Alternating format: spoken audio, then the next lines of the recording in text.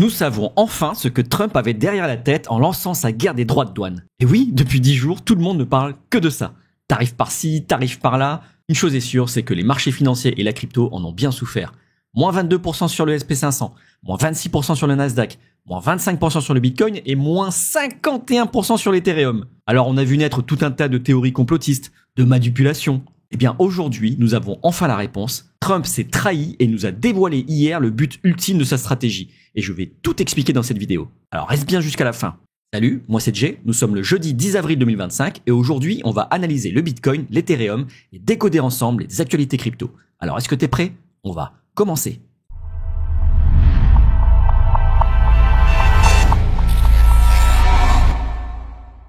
J'en profite pour te rappeler que si mes vidéos te sont utiles, dis-le moi en commentaire, lâche un like, abonne-toi et active la cloche pour ne rien rater des prochaines actualités crypto. Et on commence par une belle vue d'ensemble sur le marché puisque aujourd'hui tout est vert avec des sacrés chiffres, un sacré pourcentage. Vous voyez, Fartcoin 42%, bon c'est un même coin, mais on a quand même Pendle qui prend 20%, Ondo également, Avax 10%, et bien sûr Bitcoin qui prend quasiment 8%, Ethereum 10%. Bon, on va pas se le cacher, ça fait du bien. Mais attention, ce n'est pas fini. On respire un petit peu aujourd'hui, mais tout n'est pas encore gagné. Allez, on passe à la suite. Donc aujourd'hui, on se retrouve sur l'indice de la peur et de la cupidité à 25. Hier, nous étions à 15. En extrême peur, on prend 10 points d'un coup, c'est assez rare. Et oui, les marchés sont toujours dans la peur, mais effectivement, on a moins d'incertitude qu'hier. Hier, c'était guerre ouverte, tout le monde se tirait à boulet rouge dessus. Et aujourd'hui, avec ce que Trump a annoncé, il nous offre un petit peu de répit. 90 jours précisément. Je vous raconte tout. Le compte de Donald Trump, sur son réseau social Truth Social, a commencé à s'exciter. On voit plein de messages qui commencent à être publiés quasiment en même temps. Soyez cool, ça va bien se passer. Les États-Unis vont finir grandis de toute cette histoire. Plus grands qu'ils n'ont jamais été. Il termine même par « C'est un très bon moment pour acheter ».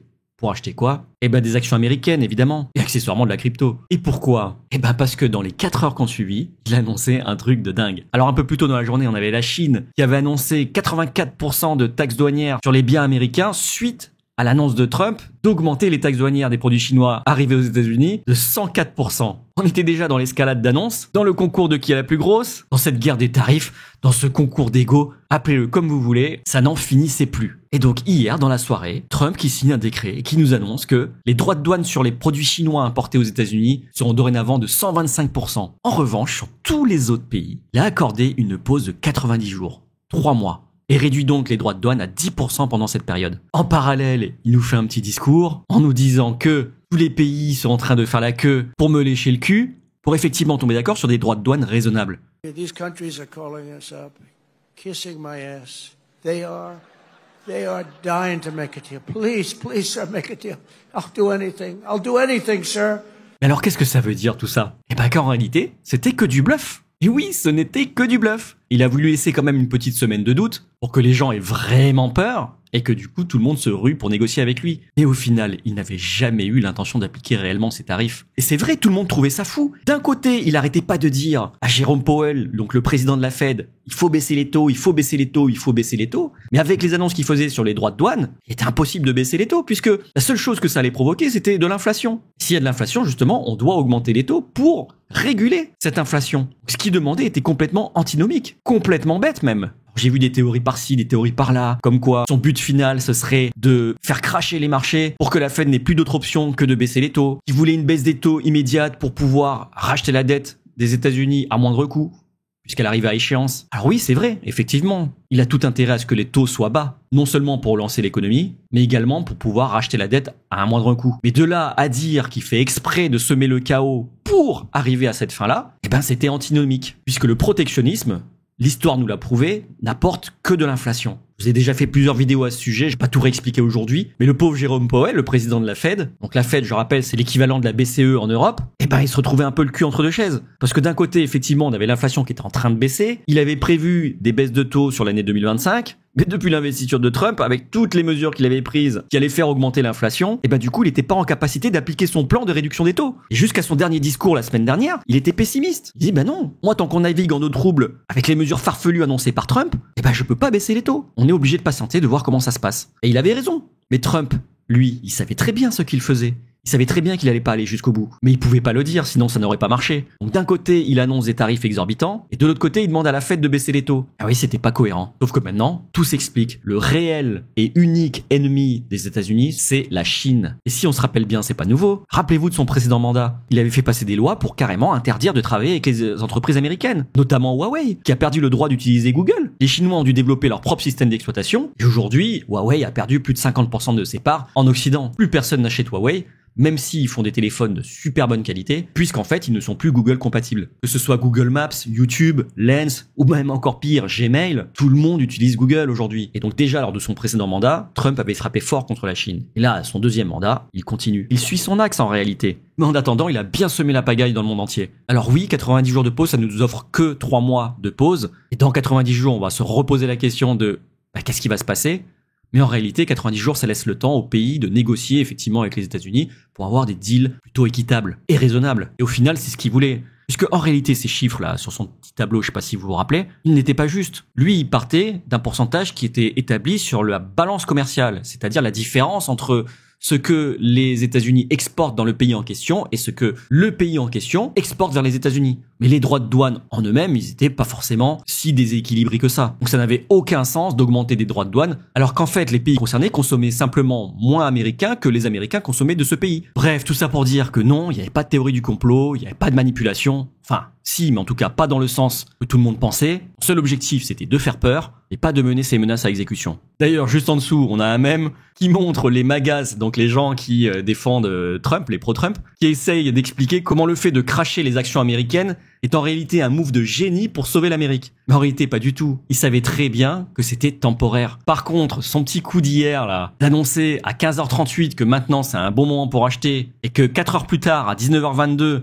il annonce sa pause de 90 jours. Bon, j'espère qu'il y a des gens qui ont suivi le call, hein. Parce que là, pour la manipulation de marché, on voit que la Trump Media et Technology Group a pris 20% sur l'opération quand même. Alors je sais pas si vous connaissez ce mec sur Twitter, c'est Boubou. Franchement, il est super drôle. Tous les jours, il poste des mèmes comme ça sur les marchés financiers et plus particulièrement sur la crypto. Et je le trouve assez juste et assez fin dans son humour. Et d'ailleurs, encore de lui, au sujet de la famille Trump, hier je vous en parlais, on avait la World Liberty Financial qui a vendu 5471 Ethereum après avoir encaissé une perte de 50%. Mais dans la foulée, Ethereum reprend 15%, même pas 16 heures après. Donc finalement, ils sont peut-être pas si insiders que ça, hein. Ou alors, puisque 5471 Ethereum, ça représente une toute petite partie de leur portefeuille, ils ont fait ce move-là pour justement montrer et nous faire croire que ils n'ont pas les informations en avance, puisque ça commençait à devenir un peu trop obvious. Bon, dans tous les cas, les théories complotistes sont à prendre avec des pincettes. Il y a des choses évidemment qui sont vraies. Je vous avais fait une vidéo sur, entre guillemets, le complot et comment le prix du Bitcoin était manipulé pour ne pas qu'il dépasse les 100 000 $. Je vous mets un petit lien en description. Allez la voir. Elle est super intéressante. Alors, je peux pas terminer les news sans vous montrer un petit peu la journée historique d'hier. En tout cas, au moins sur les marchés américains, puisque,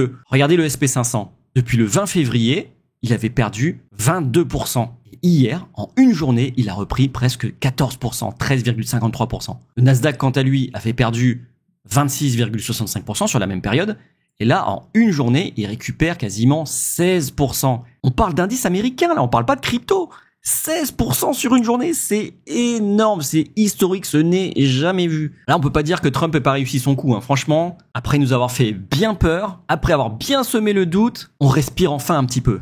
Allez, si, je vous fais quand même une petite news qui n'a rien à voir justement avec Trump cette fois-ci, parce que bon, Trump, on en a un petit peu marre quand même. Et faites attention à vous, il y a un malware qui circule, qui ressemble à un update de Microsoft Office, ça s'appelle Office Package. En fait, ce malware, il cible les utilisateurs crypto. Donc, quand vous ferez des transferts d'un portefeuille à un autre, en fait, lui, ce qu'il fait, c'est que il va remplacer le copier-coller que vous ferez. Si par exemple, vous choisissez d'aller transférer des fonds, je sais pas, de Kraken à Binance, quand vous allez copier-coller l'adresse sur laquelle vous voulez envoyer les fonds, quand vous allez coller, vous pensez que vous serez en train de coller votre adresse. En réalité, le malware aura remplacé l'adresse que vous avez copiée par son adresse à lui. Vous, quand vous allez virer les fonds, ça va arriver directement sur l'adresse du malware et des pirates. Donc, si vous faites des transferts, comparez bien.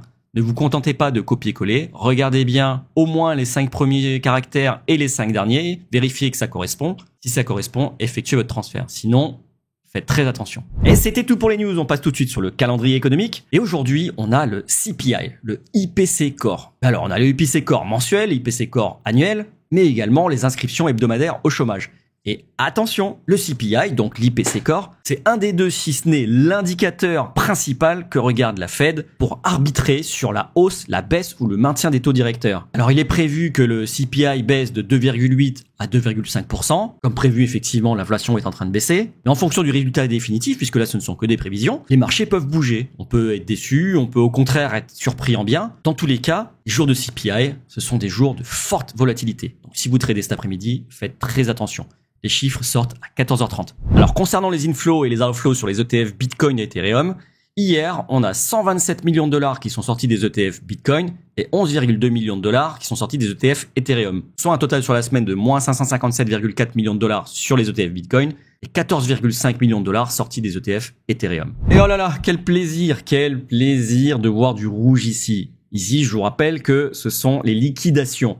C'est-à-dire, quels traders se sont fait liquider sur les dernières 24 heures? Eh bien, ce sont les traders qui ont parié à la baisse. Donc, quand c'est rouge, ça veut dire que des traders qui parient à la baisse se sont fait liquider, donc que le prix est monté.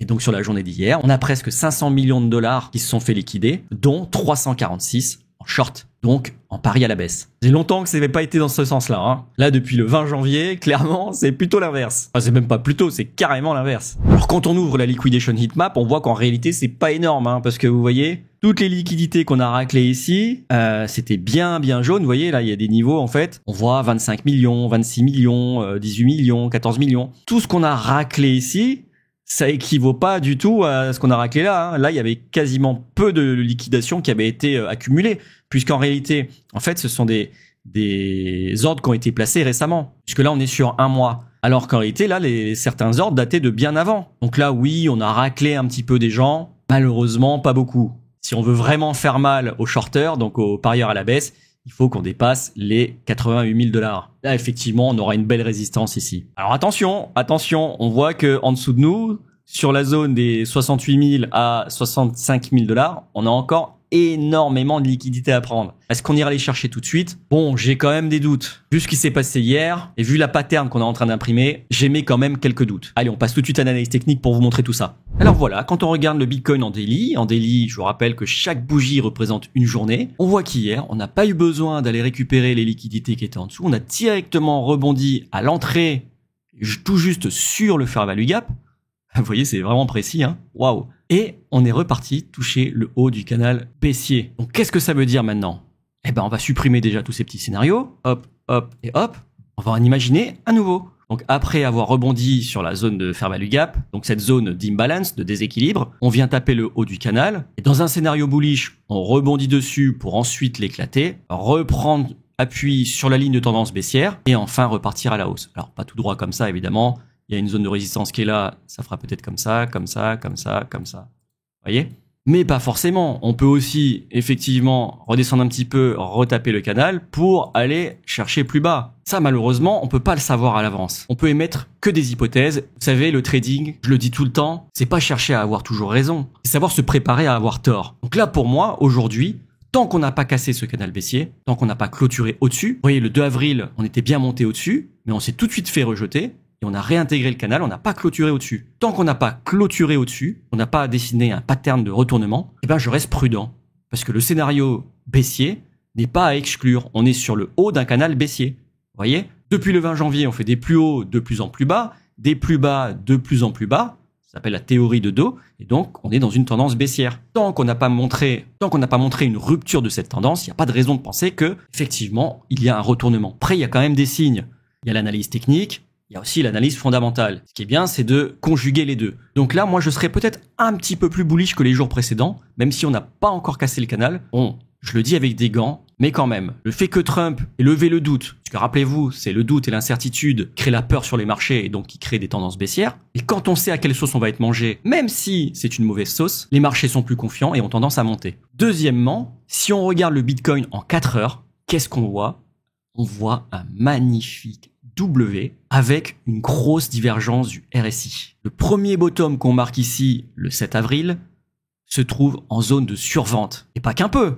On est quasiment à 18. Deuxième, qui est quasiment au même niveau, elle n'est pas en survente. On est à 31. Et ça, les amis, un W qui en plus est divergent bullish, eh ben c'est un pattern de retournement. En tout cas, sur une time frame de 4 heures, là, sur les prochaines bougies, on peut imaginer effectivement une continuation haussière. C'est mon avis et c'est ce que les statistiques de l'analyse technique disent. Donc je suis plutôt confiant sur les prochains jours. Après, je peux encore me tromper, hein, vous savez, j'ai pas de boule de cristal, j'ai pas la science infuse, je ne fais qu'appliquer ce que j'ai appris et je fais jouer les statistiques pour émettre des hypothèses. Là, clairement, les statistiques vont en faveur d'un rebond. Enfin, arrêtons de jouer les Nostradamus, l'avenir nous le dira. En attendant, on va zoomer un petit peu et on va regarder les opportunités de trade. Et là, ce matin, j'ai raté un trade et je suis également ravi de le partager avec vous parce que c'est bien de partager ses victoires, mais c'est aussi bien de partager ses défaites puisque même les défaites sont instructives. Alors ce matin, en me réveillant, comme d'habitude, je trace mon previous day high, mon previous day low. Ensuite, je vais zoomer. Alors le problème en zoomant en 1 heure, c'est que vous voyez, les zones Nib balance, elles sont énormes. Là, par exemple, si je devais tracer le fair value gap 1 heure là-dessus, bah ça ferait une zone comme ça. Donc là, clairement, une grosse zone comme ça me sert pas à grand chose. Bien qu'on ait quand même rebondi dessus, mais effectivement, on peut pas savoir où on va se retourner. Donc j'ai continué de zoomer, 30 minutes, pareil, 15 minutes, pareil, et je me suis mis en 5 minutes. Et alors 5 minutes, qu'est-ce que j'ai vu?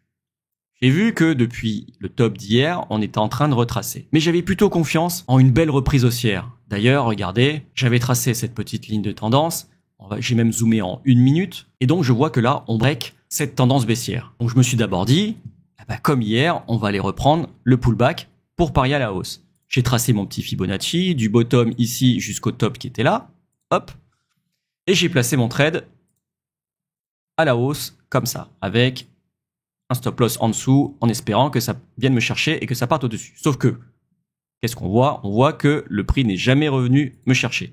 Donc, je suis repositionné, je me suis dit, écoute, on va essayer de la prendre juste après, sur la prochaine impulsion. Et sur la prochaine impulsion, qu'est-ce que je vois? Donc je trace mon Fibonacci de là, de ce bottom-là jusqu'à ce top-là.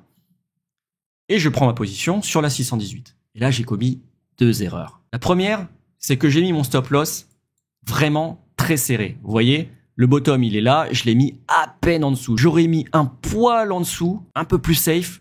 Vous voyez, je serai encore dans le trade à l'heure actuelle. Mais également, la deuxième erreur que j'ai commise, c'est que j'ai FOMO. FOMO, c'est le Fear of Missing Out. C'est-à-dire que là, tout à l'heure, le prix est parti sans moi. Vous voyez, il n'a pas retracé assez pour que je puisse rentrer.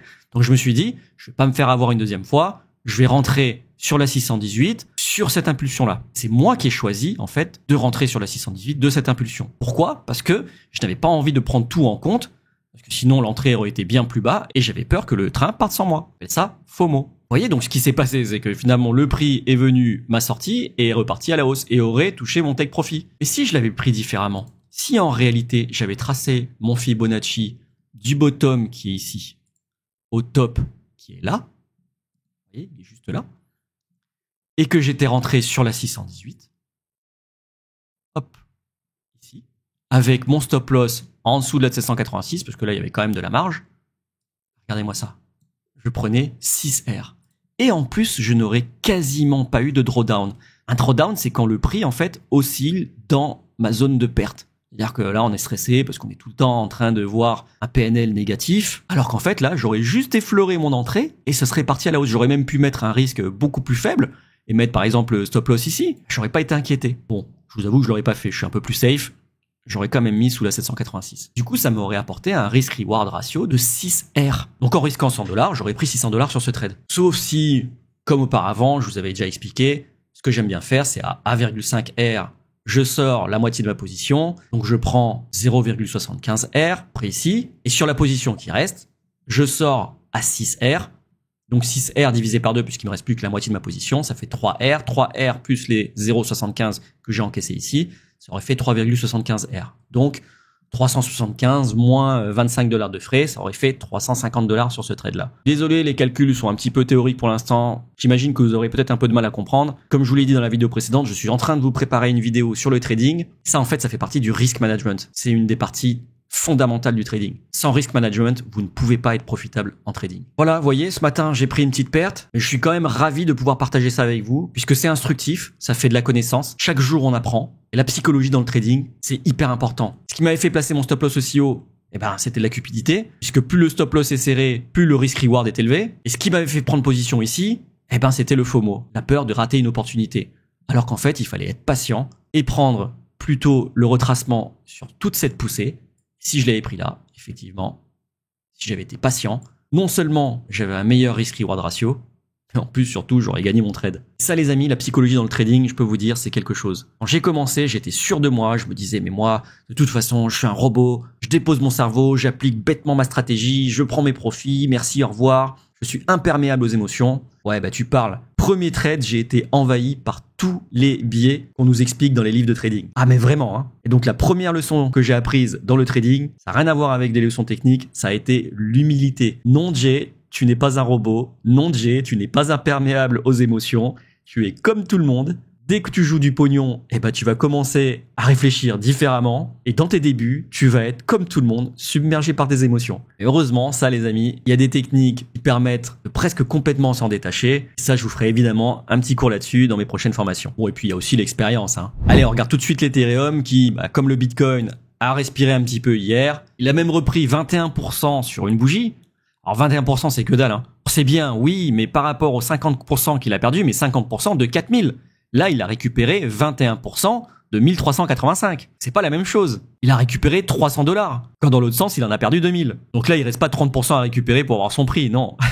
Malheureusement, c'est pas ça. Mais bon, écoutez, on va pas s'en plaindre. C'est déjà pas mal. Maintenant, ce qui serait bien, ce serait qu'on réintègre cette zone et qu'on re-rentre dans le range entre 2300 et 2800. Moi, je me réjouirai que quand on rentrera dans ce gros triangle de compression que je l'espère, on traversera cette fois-ci à la hausse et non pas à la baisse. Alors, le ratio Ethereum-Bitcoin, pareil, a repris un petit peu. Bon, c'est une quantité infinitésimale, hein, comparée à la baisse gigantesque qu'on a eue ces dernières années. Mais pareil, on va pas pleurer, c'est déjà pas mal. On est toujours sur une belle zone de support. Moi, je me réjouirai effectivement quand on cassera cette trend baissière. Et en réalité, je serai même encore plus content quand on cassera carrément celle-là. Et pour l'instant, on prend ce qu'il y a à prendre. On était en survente. On re-rentre en zone tolérable. J'espère rapidement une inversion de tendance. Sur la Bitcoin dominance, par contre, bon...